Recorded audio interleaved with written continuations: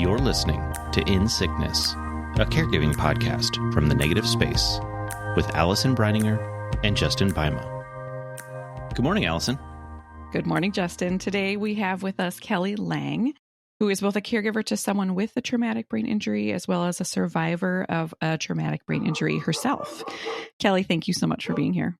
Thanks for having me. I'm really excited for our conversation today. Welcome, Kelly. Before we get into your personal story, can you define for our listeners what a traumatic brain injury is and how that can occur?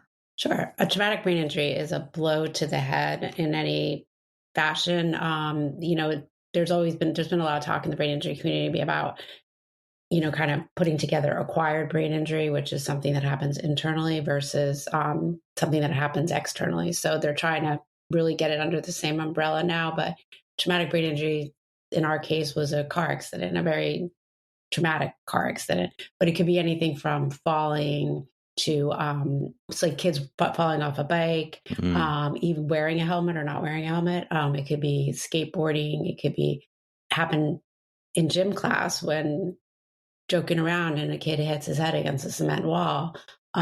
It can be any range of things. So, and sometimes they don't even know they have it. And when I was looking at your bio, it said, I think that you're a survivor of a traumatic brain injury. So is it something that you can recover from, or is it a lifelong injury, or how can you talk to a little bit about that? Yeah, it's a great question. Some people do recover fully. Some people do not. And so there is a lot of movement right now to make it designated as a chronic condition, such as diabetes and heart disease, because a lot of people do live with lifelong consequences. Now, my injury was much more mild than my daughter's, and yet I still live with symptoms every day. Okay. And my life was radically changed. Her injury was much more severe. So as she was growing, we knew that she would probably end up with lifelong challenges and conditions. And then there's the comorbidity, there's other conditions that come into play after the injury. And, no one's ever sure, were there's lying there, waiting and prompted by the brain injury, or did they occur because of the brain injury? And no one really knows that answer. Science is great, but it's not an exact science all the time, as you both are aware. Yeah. People can live with lifelong symptoms and compensation strategies and things like that. Mm-hmm. What are some of those comorbidities that might exist? Is there a common list, or is it just across the board? Common ones are anxiety and depression, and different types of anxiety considered, obsessive compulsive disorder. Sure. Some people have cardiac issues after, especially if their injury is pretty serious. A lot have physical issues. So maybe if they broke bones, or, maybe the healing wasn't 100% because everyone's focused on getting them stable. I'm trying to think what else. I've heard of different types of psychosomatic things that can happen. And for instance, my daughter I've noticed over the years, upper respiratory, anytime she gets sick and has an upper respiratory infection, it manifests and turns into laryngitis and she can't talk. And, I remember asking a doctor one time, is this because she was intubated and when they took it out that maybe her vocal cords were damaged? And he's like, yeah, it's very possible. But we can't do anything about that now. Right. Right. So even though I got an answer, it wasn't helpful. Sure. And I'm trying to picture that moment of that emergency moment that often happens, and all the things, like you said, they're so focused on getting them stable, they might not pay attention to this bone, or the intubation. And so just probably in that moment, so many systems are impacted that they're trying to fix. Yeah. On your website, it said that traumatic brain injury is the leading cause of death and injury among school-aged children in the United States. That's pretty sobering. It is. Yeah. But also, first of all, why? And then why do we not hear about it if that's the case? That would have not have been on my top list of guesses. So why don't we? Why? And why don't we hear about it? Right. I mean, and I never want to compare diagnoses. Sure. It's not a competition. It's not a competition between, pediatric cancer or anything, but people don't really talk about it. And I think because people don't want to talk about it. And, some of those are domestic violence. That's also another big one. And I think sometimes what happens is they don't realize there was a brain injury. And it's not until after the fact that they say, wow, I think there was something else here. I don't know this as a fact, but I would not be surprised if dying by suicide is also a huge factor with the brain injury, because some people get so isolated and they're so lonely and they don't think anyone understands. And so it is a sobering fact. And I think that statistic is more for the younger age group in the children. I think as they get older and they can express, that something's not right. So someone, a parent or whoever will look into it more, or a teacher might notice. And that's a big reason why the teachers need to be educated on what to look for. Right. But if it's a statistic that it's like, those are reported cases. Do you know what I mean? So those are ones that we know about. Yeah. And so it's just interesting that it's not something that's discussed, because I can see with the domestic violence piece, but with other pieces, I wouldn't think it, but tell me if I'm wrong, that there would be a stigma around it, right? Or something. Oh, there is a stigma. There is. Okay. Say more about that. Stigma. Yeah, say more. Yeah, and I am guilty of it myself. When we first started injuries, I worried about how people would look at her differently if they knew she had a brain injury. Because, one, I didn't know enough then. Sure. And as I learned more and trying to help her, I realized there should not be this stigma. She is still the person she is. And I've tried to teach her this. This is just a part of you, but it doesn't define you. Sure. But I had to see that for myself before I could teach it to her. And, it's just like if we have diabetes, we take care of it, we treat it, we do what we can, but we don't wear it as our, black armband on our, to show other people. We don't have to talk about it. A lot of brain injuries are invisible injuries, which is good and bad. So I think there is a huge stigma with it. People are afraid to admit that they have it because they just assume they're going to be looked at differently. Right. Like they're not smart or they're not good enough. I see. Yeah. Interesting. Well, thank you for that background and context. That's, I think, going to be helpful as we have this conversation, Kelly. Sure. And you've talked a little bit about your family here, but can you share with us your family story? Sure. I was living in Northern Virginia. I had become a stay-at-home mom. So I had a 5-year-old and a 3-year-old. And it was right after 9/11. So the world, was an upheaval. I lived in Northern Virginia. I had grown up in Northern New Jersey. So I had family who lived and worked in New York. Luckily, we didn't have anyone who was injured during the 9/11 attacks, but it was pretty much a part of our world. My husband had been laid off due to 9/11. He traveled a lot for work. And so he was out of town on a part-time consulting gig. And I was taking my 2 daughters to a Nutcracker rehearsal. My oldest it was her first stage rehearsal. So she was, bouncing off the walls.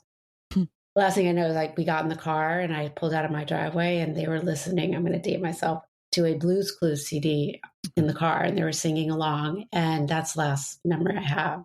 The next thing I remember, I only have auditory memory. I have no visual memory of the next part, is my 5-year-old yelling, "Mommy, mommy, wake up." And I instinctively knew something was wrong with Olivia, who was the 3-year-old. And I heard someone talking to me. And they said, "Is there anyone in the third row of your minivan?" And I said, "No." And he said, "Okay."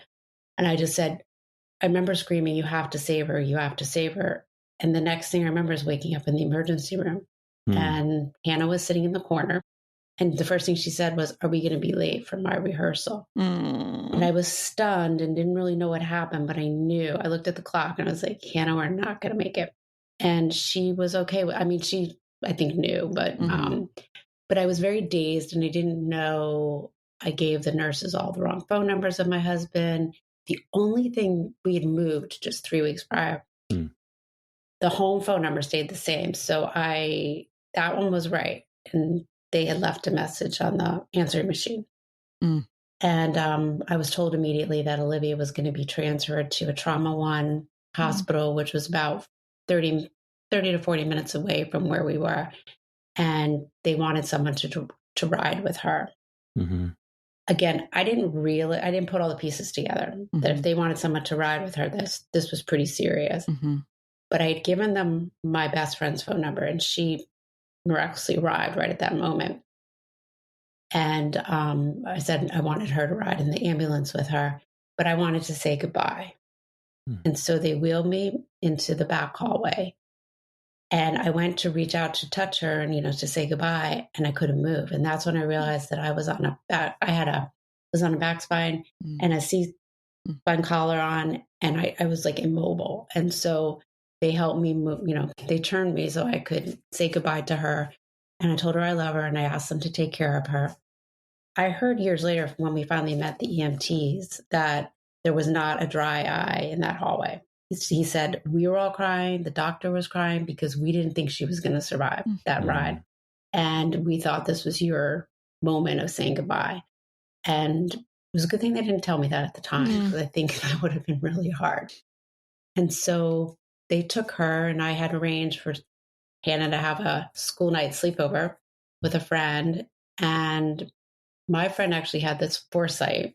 She's from a large family. And she had to call her sister-in-law and said, can you go pick Kelly up from the emergency room? She's going to need someone to drive her to the hospital. And so her sister-in-law came and picked me up, and she drove me. And ironically, my husband and I arrived at the other hospital at the exact same time. He had arrived home to the answering machine back when we had answering machines blinking. He pressed the button, and it was a message from Kristen, my friend, saying, Mike, there's been an accident. And he said he waited for her to say, but everything's fine. And she said, you need to pack a bag for you and Kelly and get to Fairfax Hospital as soon as possible. And he just literally jumped back in the car. He did not pack the bags. I mean, I would have done the same, and drove. And then we arrived at the exact same time. And all we were told was she had a traumatic brain injury. She was on a ventilator, and it was just a waiting game. And, as a parent, we weren't allowed to touch her because that would stimulate activity in the brain, and they were worried about the bleeding. We couldn't, we could talk, but had to be very soft-spoken. She was in a very dark, cold room because they wanted everything to be very controlled. And luckily she did not need surgery, because there was talk about at one point of going in and doing surgery to relieve the pressure on her brain. But they were able to do that with called an intracranial pressure monitor that they inserted into her skull. And that is the only mark she had on her. Wow. Not one mark. So it was pretty, she looked like an angel, really, literally sitting there. Because they took everything off, put her in a diaper, even though she was potty trained at that time, because they knew that her brain was it wasn't going to be able to process everything. So we were there for 2 weeks. And we slowly, after a week, she started to come out of the coma a little bit. But it was about 7 days later when I was sitting in the hospital room. It was a dark, gloomy Monday. There wasn't a lot of light that came in the room anyway. And this woman from the hospital came in. I only knew she was from the hospital because she had a name tag on. And she said to me, we need to move Olivia. And I said, what do you mean move her? And she said, we can't do anything else for her here. She needs to go to an inpatient rehab facility. And I was stunned. And she said, and unfortunately, there aren't any here. You're going to have to go 2 hours north or 2 hours south. And then she got up and walked out. So as I'm sure you can imagine, that was a shock. And sent me spinning. And so we got into motion. We got second opinions. We had other doctors come in and look at her, and they all agreed she should not be moved yet. She was still in a fragile state. But it bought us some time to think about what our next steps were going to be. And we really needed that time to figure that out. Wow. Yeah. Oh, Kelly. I know, it's a lot. Thank you for sharing that with us. That is, I'm like covered in chills. And it's hard to even kind of form my own thoughts after hearing that story, but I'll try. Okay. But thank you. Thank you for sharing that. Can you go back a minute to what actually happened? What was the accident? Like, what caused this? And again, with any of these things, if it's too hard to talk about, please. No, it's fine. Okay. I don't recall what happened, but what I've been told through witness testimony is that we were going down an incline and we were coming to a stoplight, and the light was turning yellow. And I was in the second lane from the right. And it was a road that once you went past that light, that fourth lane ends. And I knew that. So that's why I wasn't in that lane. And because I knew I was going to be taking a right and a couple lights ahead. And so I went to slow down at the light, and apparently the gentleman who was behind me, he hit two cars before he hit me. And what happened was his bumper locked with my bumper, and he pushed us through the intersection about 80 feet into a guardrail.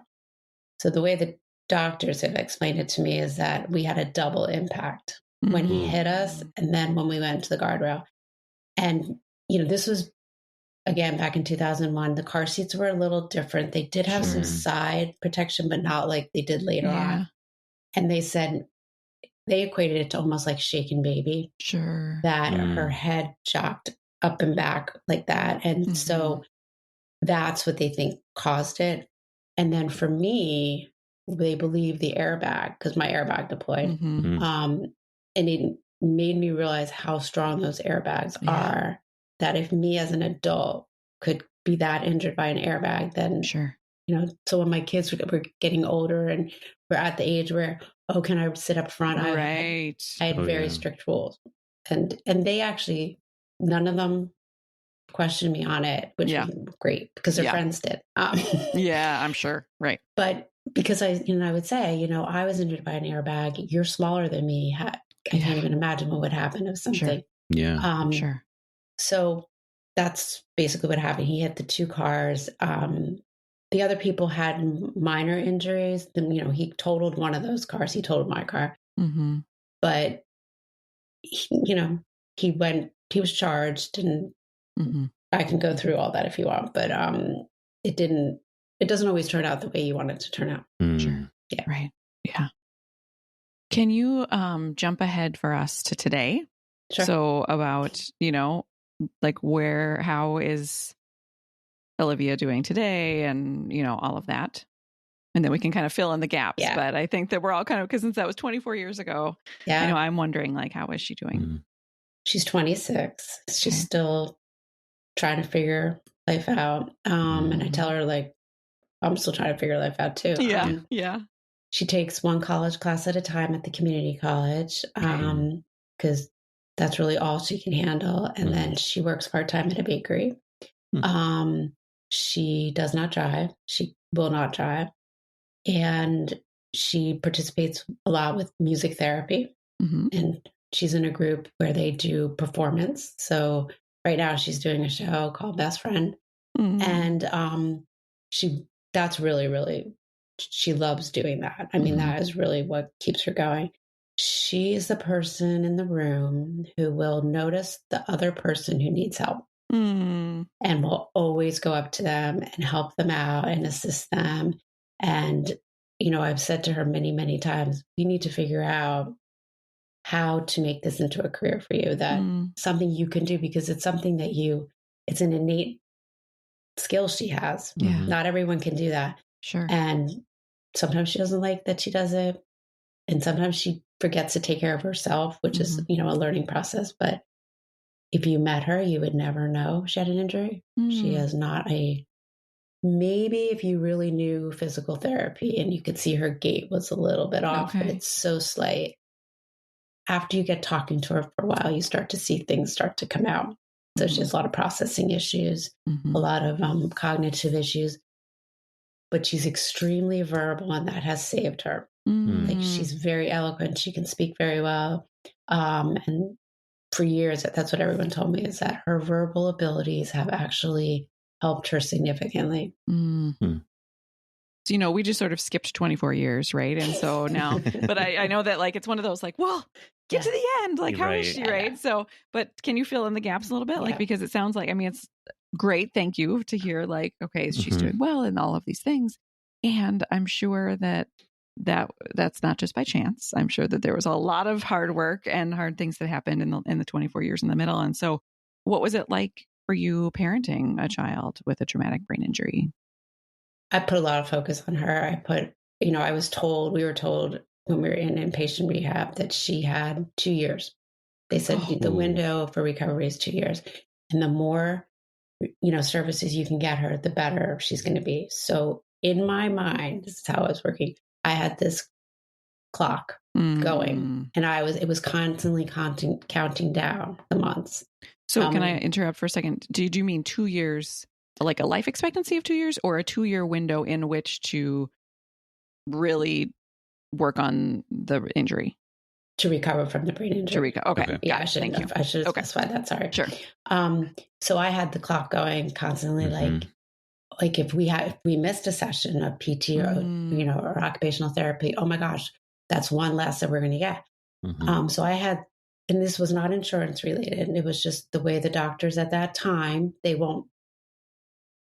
disputed this by now, but this was all constantly going in my head. And the problem is that it was very cyclical. Like her speech would start to improve, but then like her physical would really go down, and you notice she'd get more clumsy and she'd be falling. So nothing was ever, static. So about a year in, we had to go back for an evaluation, and her scores were horrible cognitively. And I was terrified because I was like, I've done everything I possibly can. I've thrown every, therapy at her. I had her in a special education program where she also got therapy. What is wrong? Like, what aren't we doing right? And I was basically told, you have done everything.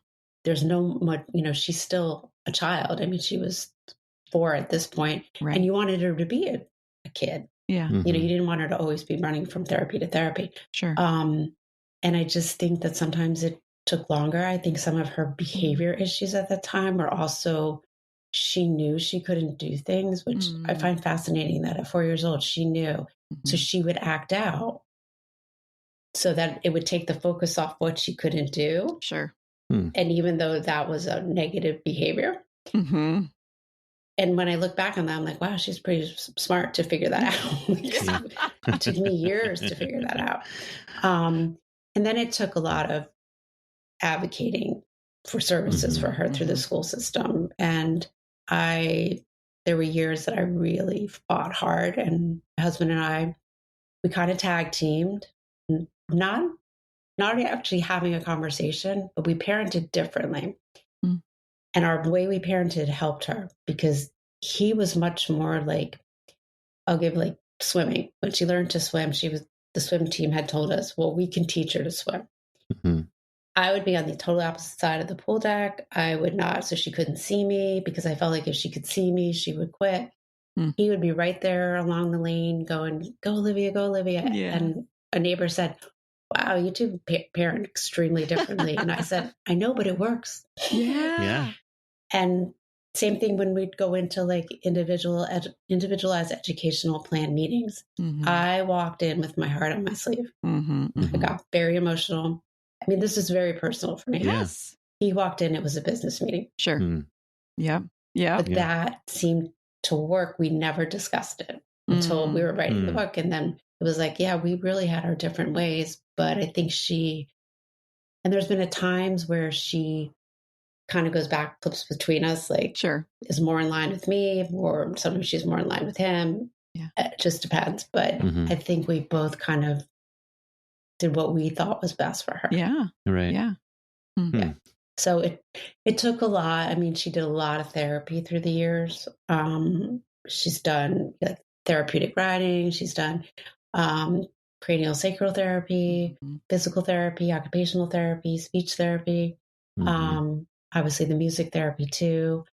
So I think that's all contributed to what, I am still always looking for the little nugget that I might have missed. Mm. And I told the caregiver guilt, right? Yeah, because I'm always looking for, is there something I didn't do or something I didn't look into for her? And I had found a doctor after about 12 years in who I trusted 100%. And I would ask her, should I try this? And she'd say, yeah, I don't think that's going to work for her. I really don't. She goes, I wouldn't do it. And she goes, I understand why you do this, but there's certain things that I just don't think is going to work for her. Yeah. And I took her. Yeah. And unfortunately, she retired. Oh. Shoot. Yeah, no. When you find that one doctor that really you align with, you don't want to let them go. I know you both understand that. Yes. Yeah. So in those early years, you were parenting through this incredibly challenging situation, and you also had a traumatic brain injury. Yes. But you didn't realize it, right?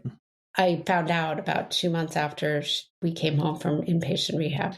Right. So what was that like, not knowing what was going on with you while you were working through what was going on with your daughter? So I didn't realize at first there was anything wrong. When we got home, I was exhausted, but I think anyone would be after spending a month. Yeah. My husband and I alternated sometimes, but, sleeping on the cot in the room was not the most comfortable place. Being interrupted all night long by machines going off and, vital checks is not, hospitals are not the place to get the rest. It's true. And about a couple weeks after we got home, I thought I knew something was off. I couldn't read. I could read, I knew what the words were, but I couldn't comprehend what they meant. And I would read something, the same paragraph over and over, and I still couldn't get it. And then my sleep was really off and I was so tired. But I couldn't be woken up at night. And being the mom of 2 young kids, they would come into the room and I wouldn't wake up. My husband, they would wake him up then. But then I'd wake up and I'd feel so exhausted all the time. So I thought, I'm going to go see my doctor. And I always have to say this was 2002. And I was so lucky because I saw a nurse practitioner and she asked me a bunch of questions and I told her what had happened. And she said, I'm going to write you a referral. I want you to go see a neuropsychologist. And this is also where, looking back, should have been my clue. Olivia had just been through all this neuropsych testing in the hospital, and I never put it together what she was looking at. And I went, did the testing, which was hard. And when I went back for my results, and he said, you have, at the time they called it post-concussion syndrome, but he said it's a brain injury. And I was flabbergasted. And I went home and I looked it up and I cried. And then I thought, you know what? Maybe this is a blessing in disguise that I can understand a little bit of what she's going through. Sure. I will never be able to take her shoes, but I can figure out, maybe relate to her. And it did help in some ways, like word finding is a big thing with brain injury. You have trouble finding your words. And she would get really upset that she couldn't come up with a word and people would try to talk for her. And I would tell them, let her try to figure it out on her own. It'll take her longer, but it's better for her to figure it out. She doesn't want you to talk for her because I was having the same issue. Not to the extent, and then also the fatigue. So when she needed to rest a lot and I would lay down with her, I would end up falling asleep all the time, which was good for me because I probably wouldn't have taken those breaks. So, but as a mom, I kind of threw everything onto her. My energy was focused on getting her better. And I kind of put myself to the side. Yeah. Well, it's always they always say to caregivers, you can't get sick. You get sick. And so it's sort of like every caregiver's nightmare that they get a diagnosis as well. And so there's a lot of there's so much. Were you going to say pressure? Yeah, there's a lot of pressure because when they're telling you you can't get sick because it's going to take, you're like, oh my gosh, you've just put this huge weight on me. Yeah. Right. And so how did you hold that? Because you had this, you had this diagnosis yourself. And like you said, yes, it could help you understand your daughter in a way and all of that, but it made you tired and it sounds like it made you confused, and all these things. So you your plate was already bursting with this thing that was happening with your child. And now I imagine it was even harder. What was that like to then have this thing that you were dealing with at the same time when you really needed all your faculties to be top notch? honestly, I didn't deal with mine. I just kind of put it. I did a little bit of cognitive therapy, but this was at the time when cognitive therapy was just becoming a thing, and it wasn't a really good experience. Mm. And so I said, okay, I'm done with that. Put it to the side. I did physical therapy because I had a herniated disc in my back from the accident too. But I kind of put my things to the side to focus on her, thinking that I should be able to get back. And if I could just heal her, then that would help me. And I think that was my mindset. I really didn't think about it. I also didn't talk about it. Most people didn't know I had a brain injury. My husband knew because I used to do like all the finances, and I couldn't do it anymore because it was too much of a task. There was a lot of processing going on. Yeah. And so he took that over, but everything else I kind of fudged along the way, I guess. Sure. They say you shouldn't say that you made it till you just keep going. Fake until you make it. Yeah. Yeah. And that's what I did, though. I have to admit. I think if I in some ways I get envious when I hear other people say that they built in breaks and they built in rest periods. And I was like, I never had time for that. Right. I was raising 2 small children. My husband actually was unemployed at first, but then he got a job, thank God.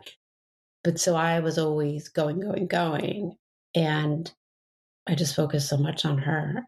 It wasn't until many years later, I would speak about my injury when I spoke to different groups, but it was never broadcast, let's just say. Of course, social media wasn't what it is today. Sure. And then it was actually my husband had nominated me for an award, and because I did a lot of volunteer work too. And when I got the award, in the award it said about the brain injury. And I remember sitting at the ceremony with Olivia, and she looked at the program and she goes, "You have a brain injury?" And I go, "Yeah, I do." And so there was almost like this connection that happened. Wow. Oh my God, you get it, type of thing. And that's when I realized if I want her to be okay with hers, I have to be okay with mine, and I have to talk about it and not make it a stigma, because I had already made it a stigma by not talking about it. And so that was really, I think, a growing time for her and for me. Sure. And then that brought my advocacy into a different direction. I still did the same, but I also had to bring in, my own piece of it. Right. And another time when I had my third daughter, my oldest was 12 at that time. And she would come and, say, "Remember when I was little and we did this?" And some of those memories are hard to get to. Sure. And I would say, "No, I don't remember." And she got very frustrated. And she's like, "Why don't you remember anything?" And I told her why. And she was like, so she didn't know either. So I had kept this hidden from them all these years. And then I realized, but why? Yeah. Yeah. So that was a huge piece for me, I think, the acceptance. Well, that kind of leads us to the next question about these other girls. So you've got these 2 other daughters, right? So one older, one younger. And how has this impacted? How's their sister's injury and then also yours impacted them and their relationships with you and with their sister? I'll start with the youngest one. The youngest one wasn't born. Right. So she came along 9.5 years after Olivia was born. So it is amazing how much she's affected by it. That piece of the equation just kind of fascinates me, that here she wasn't born. Yeah. But she knew at a very young age how to push Olivia's buttons. Oh, okay. And she picked up on that there was something a little different. And they are close now, but there were times where it was they butted heads a lot, mainly because Olivia would go from 0 to 60. She couldn't, she had no middle ground. And so, but yet I think it's made my youngest Anya very empathetic and very compassionate.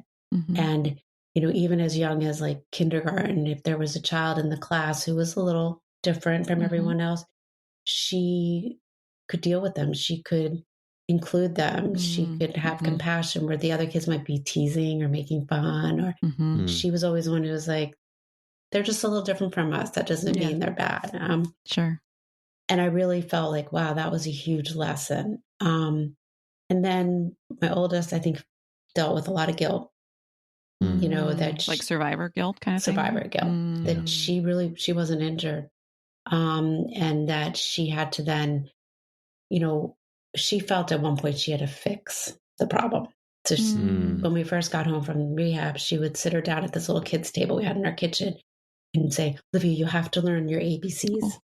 And she would try to teach her. And as you can imagine, a 3-year-old is not always cooperative. Right, a 3-year-old with a traumatic brain injury is definitely not cooperative. Right. And it would blow up. Yeah. And I finally said, Hannah, it's not your job. Yeah. Your job is to be her sister. Yeah. And that's it. You do not. That's not your job. We're taking care of that. We have other people taking care of it. You just need to be her sister. And that is it. And I think their relationship has evolved over the years as well. There was a time they weren't close. I think they're closer now, but they live, you know, very different lives. You know, she's independent. She lives on her own. And I think it's sometimes hard for Olivia to see that. And so we try to talk about it, to be open about it. But obviously we can't fix it. Sure. And that's hard as a parent, not to be able to fix it. Sounds like there's a lot of fixing trying to happen going on. Right? Yeah. Yeah. Or I think maybe it's just me. I don't know. But right. No, I think it's all of us. But yeah. Absolutely. Yeah. So you've talked a little bit about this, but you and your husband, you said, have written a book. You have a website. You do a lot of speaking engagements. And you talked a little bit about how receiving that award and kind of having it out there that you have a brain injury as well kind of brought you into more of this place of advocating and sharing more on this topic. But can you talk a little bit about like that process of how you became more vocal about this? Because you already were busy with everything else going on in your life, that to add this, you know, writing a book and doing speaking engagements to it, I mean, that just adds a whole nother level. So what was so important to you about getting this story out there? So interestingly enough, right before the first year anniversary of our accident, I had an offer. The hospital we were at had this program where they had volunteers go and speak to EMT refresher courses. And it was only like a 10-minute talk where you just told, you know, about your, like what happened at the accident and saying, thank you for what you do. This is why your job is so important. And so it so happened that on the first anniversary, I had an offer to go speak and I had never done it before. And I thought, you know what? I wasn't sure how I was going to honor that day. And, you know, my husband kind of wanted to forget about it. I couldn't forget about it. My kids were too little to really understand. So I said, you know, I'm going to go do this. And I did it. And it was in a way cathartic that I got to speak about it but also as a teaching moment to them. And I thought, wow, this is really cool that I can impart this. And then I started doing that more. At that point, I wasn't really talking about my injury at all. But as I got more involved with other organizations, people would always say, wow, you have such a unique story. A mother and a daughter both getting injured in the same accident. It was very unique. And so they said, you should write a book. And ironically, I had kept a journal when we were in the hospital because I was always afraid someone had given me a journal. And my husband and I were back and forth, and I was always afraid I was going to forget. See, I think that part of this was my compensation of not realizing I had a brain injury, but knowing I needed help. And I would take notes a lot, like this doctor said this doctor said that, and we would pass it back and forth. And then I would continually throughout the years take notes, especially if it was going through a bad time or during, you know, meetings with the school. I would write things down all the time. And I kept these journals. And so he and I tossed around, you know, whether we should write a book or not. And then we decided to do it. But we did it in a diary format so that it's his perspective and my perspective. So because they were very different. You know, what he was thinking when we were in the hospital versus what I was thinking, and what he was worried about versus what I was worried about. And he was more boots on the ground, like making the phone calls and connecting with people. I couldn't do that. I just could not. I really didn't want to talk to anyone. I was just trying to, like, I think, take my family and take us close and then just kind of hover. So we took those it was during COVID actually, where he was going to be home more. And I said, if we're going to do this, if we're really, really going to do this, we should just do it now. And that's when we really sat down and we got a developmental editor to work with us and really buckled down and said, let's go for it. But also I started to get involved in I got involved in brain injury organizations at first, and then also broadened that out to other disabilities. And a big focus I have is the effects that has on an entire family, because it's not just the person who's injured, it's and as you both are aware, the entire family lives through this. Yeah. And each person carries with them their own effects of it. Yeah. The trauma, the shock, the caregiving, the exhaustion, the loneliness. And I think sometimes people forget that there's a family. I mean, it took 12 years before a doctor said to me, wow, you've been through a lot. 12 years. Wow. And you have done everything you possibly could to help her. And I broke down in tears because I thought, finally, someone has acknowledged that this is also about, not just only about me, but about my entire family and how much we have dealt with. Yeah. So what would you say, because we have listeners who their loved one are caring for someone with a traumatic brain injury. What would you like to say to those folks, your fellow TBI caregivers? I think you have to build a community. You have to have people who you can rely on, whether it's a support group or friends who you can talk about these things. I think for me, it became hard because I felt like I always had the negative, like, today was so hard and no one understood because no one else was dealing with anything in that realm. And so I retreated. But I think once I was ready to come out and start sharing it more, that's when I found more people who could empathize, who could, I always say, like, accept the help. I was not very good about accepting help in the beginning, but you should accept all the help you can get. Don't feel guilty, because you in turn will then help someone else when they need it. And it's a reciprocal thing, and there's a circle. There's a circle of the people who are going to be closer to you at different times, who are going to, be there for you. And we need to lean on each other because that's all we have. And a lot of times, we can't rely on the medical professionals to always support us. They're not. Yeah. Their focus is on the patient, but the caregiving community really, really needs support and guidance. And what you're doing is such a selfless act that not a lot of people actually can do. And I think a lot of us don't realize how much we're capable of until we're pushed to the moment. I mean, I never thought I would be a writer. I never thought I'd be a public speaker. But I think this has pushed me to a different level. And I'm happy for that. Am I happy that this happened? Absolutely not. Right. I would take it back in a second. But it has brought me to a new place. Yeah. One thing I just want to add is that sometimes I know that caregivers, especially those of us who are in this like long-term chronic, right? They can be held back by asking for help because they feel like I'm not ever going to be able to reciprocate. Right. And so I just want to say to anyone listening, when you said, well, someday you'll be able to reciprocate, who are saying, no, I can't. Right. And that's okay too. Yeah. Right. If I bring a friend a casserole, it's not like, well, when's she going to bring me one? Right. And so I think I just want to make that little plug for caregivers that even if you can't reciprocate, that's okay. You can still ask for help.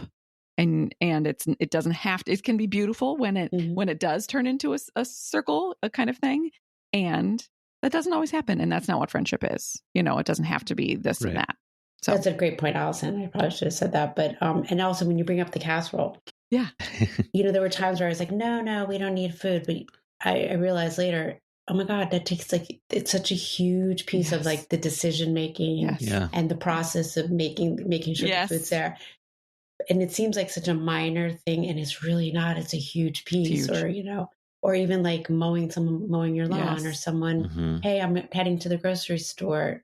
It's different now. We have Instacart and stuff, but can I pick you up anything? And I would always be like, no, that's okay. And I look at myself like, what were you thinking? Like, right. you should have had someone go do that. Like, right. Say yes. Right. Say yes. Yes. Yeah. Yeah. And so I really try to encourage people to accept those little offers of help, because those little things that you think are so little, they add up. They build up. Absolutely. And it gives you more energy to take care of your loved one and take care of yourself. Because like they say on an airplane, if you don't take care of you, you can't help your loved ones. But yeah, I always say that delegation is a form of self-care.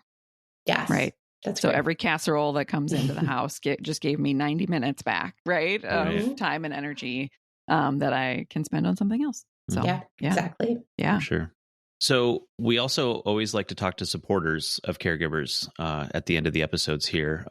So for people who know someone with a traumatic brain injury or their caregiver, what would you like them to know or hear or do, or just kind of be in that situation?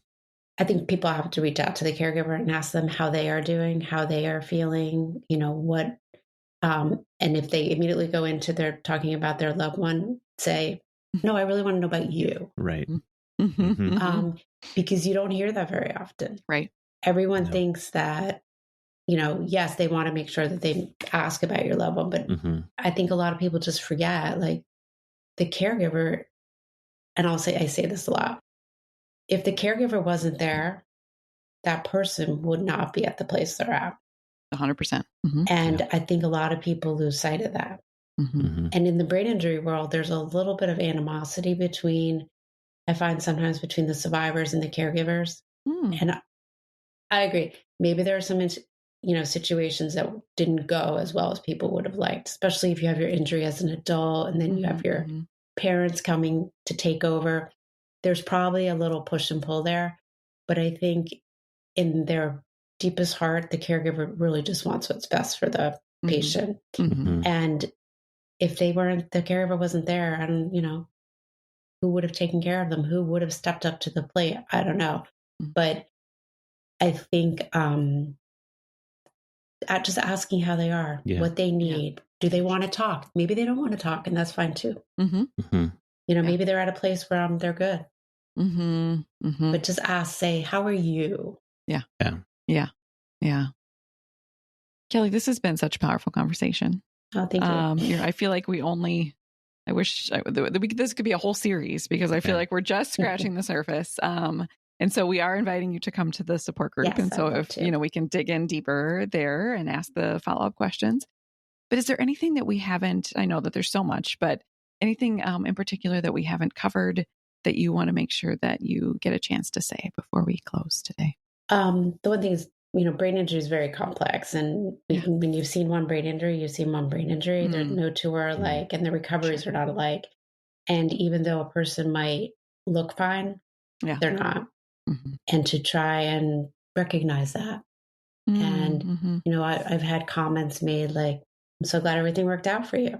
And, it's never at a time or place where I can have a deep discussion about that. And I just have to say thanks and walk away. But just to keep in mind, and, with so many of these chronic conditions, it's a lifelong thing, and there's going to be dips and valleys all along the way. And just to keep that in your mind that, there's usually always something going on in the background that you might not be aware of. And maybe you don't need to be aware of, but just keep that in mind when you talk to people. Sure. Yeah. And I appreciate your line about how they're so individual, because even, so now someone listens to this episode to not go up to someone else and say, well, I heard this one podcast. And so now I totally understand your traumatic brain injury, right? Because, they might have a better understanding than they did before, but to say like, I'm wondering, I heard this. And so how does that relate? Like what's similar, what's different to your situation? So yeah. And it's, I'm sure both of you have dealt with this too. People giving you medical advice. We're not medical professionals, and say, have you tried this? Have you tried that? And my thing's always, what works for one person's not going to work for everybody. And we've tried that and it didn't work, or that was a great thing. But I don't profess to know what's going to work for anyone. I can tell you what I've tried, but you need to figure it out on your own too. You need to, it's trial and error. Yeah. I think some of the big themes that are popping up for me as I listen today that are that seem to be almost, universal in some ways, is just, your piece about what else could I have done?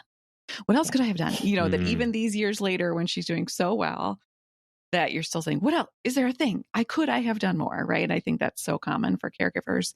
And the piece about like you having like a literal diagnosis of something and then you being like, well, I'll just, it's all about her. It's all about her. Yeah. And I'll be fine. Mm-hmm. Right. And so some of these themes that I think will really speak, regardless of the diagnosis of the person, that I think are often common caregiver themes. So thanks for speaking those. Yeah. I think, and I think that no matter what your loved one is dealing with, whatever condition, there is a commonality amongst the caregivers. Sure. It's a different, road, but yet we're all trying to do the best we can to help them through. Yeah. And that's what we see at our support groups, that people, it's all different types of who they're caring for, the age or their, the diagnosis, but there are certain things that people say and the whole Zoom room nods, right? Yeah. Like, it's like, yep, I get it. Yes, absolutely. Yeah. Yeah. And I love this community you've built. And thank you. I've been following them for a while and it's amazing. Good. Thank you. Well, we're grateful that you're part of it today. Yeah. Thank you. Yeah. And where can people find more about you and your book and all of that before we go? So we have a website, themiraclechild.org. And I'm also on Facebook under Kelly Lang, Kelly Lundeen Lang. And there's The Miracle Child also has a Facebook page. And unfortunately, all my handles are different, but on Instagram, I'm Mom of Three Messes. Okay. And I can list all this. And then I also write on a Substack. Not as regularly as I would like, but I try to. And I write about disabilities in general. I write about caregiving. I write about brain injury. I just write about life. Sure. And I'll give you all my stuff. And I'm happy to help anyone who ever needs help. I've talked to a lot of caregivers presently and in the past, and trying and actually TBI survivors who need a little guidance on what to do, how to get back into being involved. So I'm always happy to help. Great. And if people are interested in your book, they would find that at your website, themiraclechild.org. Actually, it's on Amazon. Okay, right. Or it's also on Indie Books. Indie Books also have it. Okay. Great. And it's called The Miracle Child? The Miracle Child, Traumatic Brain Injury in Me. Wonderful. And we'll put all these links in the show notes to make it easy for people. But Kelly, thank you so much for sharing your story. It's just it's an incredible story. And it's been an honor to hear it today. So thank you for being here and sharing with us. Thank you. Yeah, thank you so much. Thank you. All right. Bye-bye. Bye. You've been listening to In Sickness. Find us online at insickness.care or on Instagram at insicknesspodcast. You can send your questions and comments to hosts@insickness.care. If you enjoyed the show, please share it with a friend or fellow caregiver. Thanks for listening and take care.